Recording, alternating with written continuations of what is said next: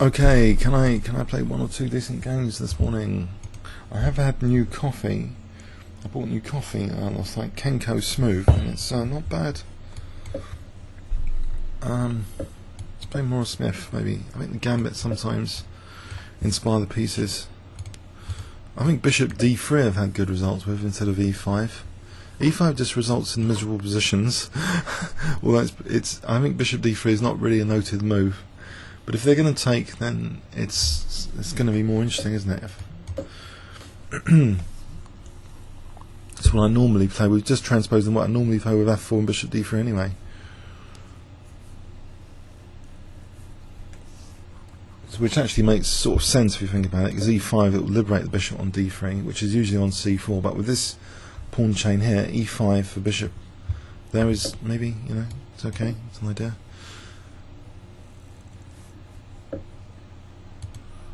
Okay, so Queen B3 is the automatic response here for this sort of thing. But for now, I think I'll keep that in mind.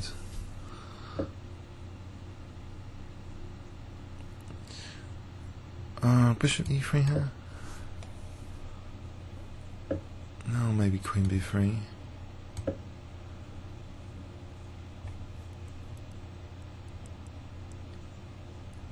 It's an annoying question posed. What about Bishop B6? Okay, the G file could be good later.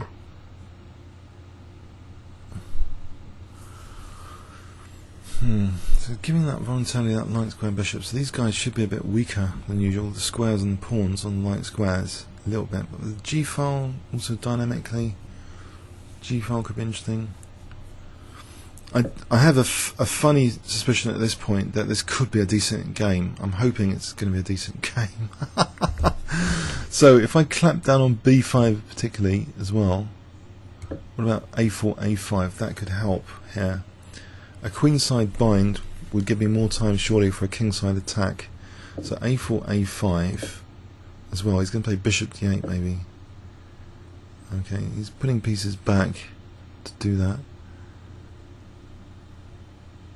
That pawn's going to be loose if I am. Alright, he's not going to play B5 for the moment, is he?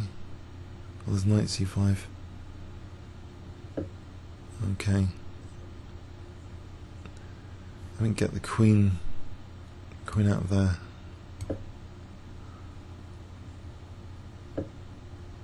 Oh, Muppets. I don't think I'm seeing anything.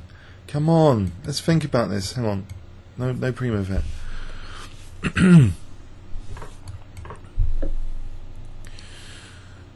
Where does the queen belong? C2, so rook G1. I'm just allowing my queen to get kicked around this morning. It's quite embarrassing. Okay, but this G file, if I get doubled or treble, rook G3, rook G1, queen G2.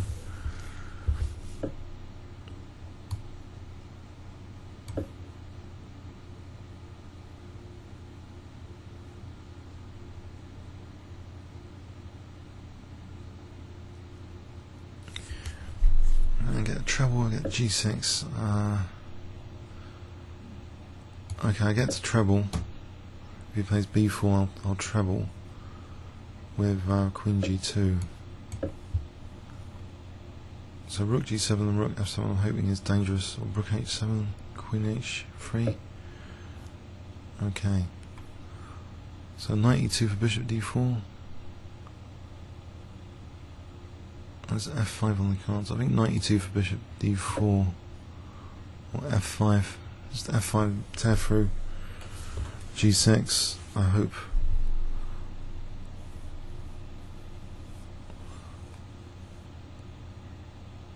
Crude, but you know, maybe effective.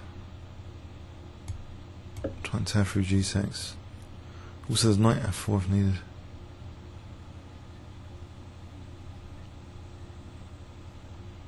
Knight F4, that would help actually a lot. Bishop D4 is always E5. Okay, I think knight F4, I'm taking all knight F4.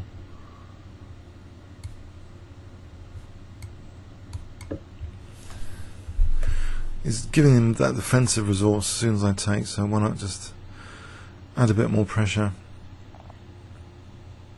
If e5 takes king h8, rook g8, then there's queen h3. Okay, I think it looks like fg time, because then there's bishop h6 after, if needed, and I think his defense runs out. Oh, he's got, oh no, he's got more. He's got rook a7, hasn't he? Muppets. Okay, I've got rook e6, getting another pawn, threatening rook e8. Knight b2, I've got queen b2. So there's queen g6 and rook e8.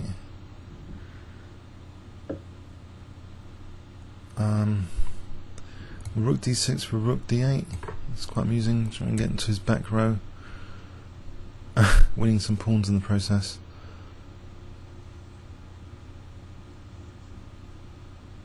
What about bishop g7 and rook d8? Okay, there's queen g3 or bishop f4. I think bishop f4 for a moment.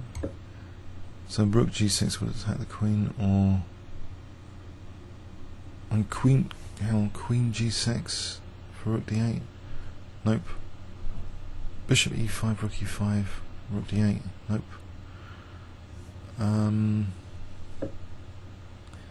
There's bishop e5 here, using the pin.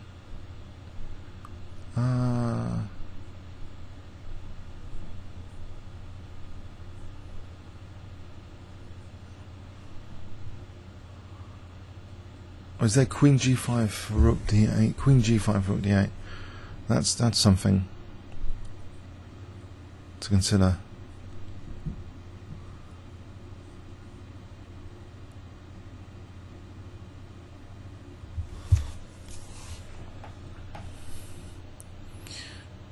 So it's clear that trebling makes for a good game, I think, anyway. So rook d8 here is giving me access to the back row. Okay, there's almost queen g7 there. There's bishop d6. Is that a nice tactic? In this position, what would you do there? Queen g1. Looks a bit desperate. Queen g1. He gets two rooks. I go back with bishop e5. Is that bishop d4 better? Skewer here. Bishop d4 might be better. Rook d8, bishop c5, rook and knight. There's queen g5 hitting c5 and d8. I think bishop d4.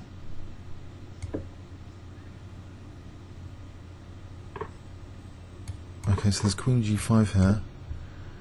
And he plays rook c8. There's queen d5. Okay.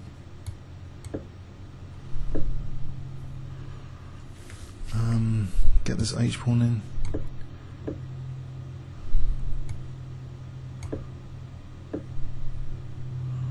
It's getting a bit dangerous. Oh, it was rook c7. I'll pin him down again.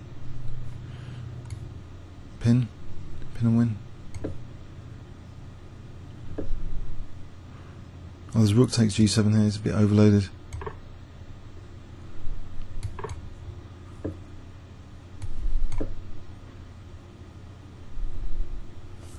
So f4, get the pawns going.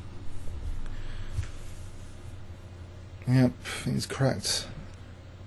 The nut's been cracked. Okay. Yeah.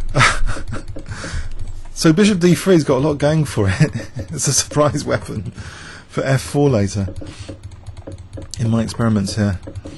But yeah, I don't know why I'm getting my queen kicked around needlessly. So this position was interesting. Here I think takes queen h3. That would have been nice mating. So here this f5 and knight f4 action is quite nice, I thought. But defending very well. very conscientiously there.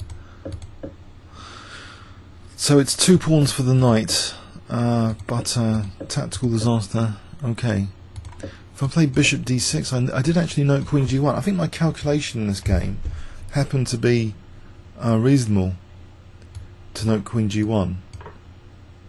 Because that's 2 rooks for the queen. It's unclear. He's already got a knight here. He's got this pawn coming down. So I think bishop d4 might have actually been a decent move this morning. If there was one decent move this morning, I think bishop d4 kept some pressure on. It wasn't as easy with rook and knight against queen. So this is overloading, taking Mickey with this knight, doing everything. Okay, comments or questions on YouTube. Thanks very much.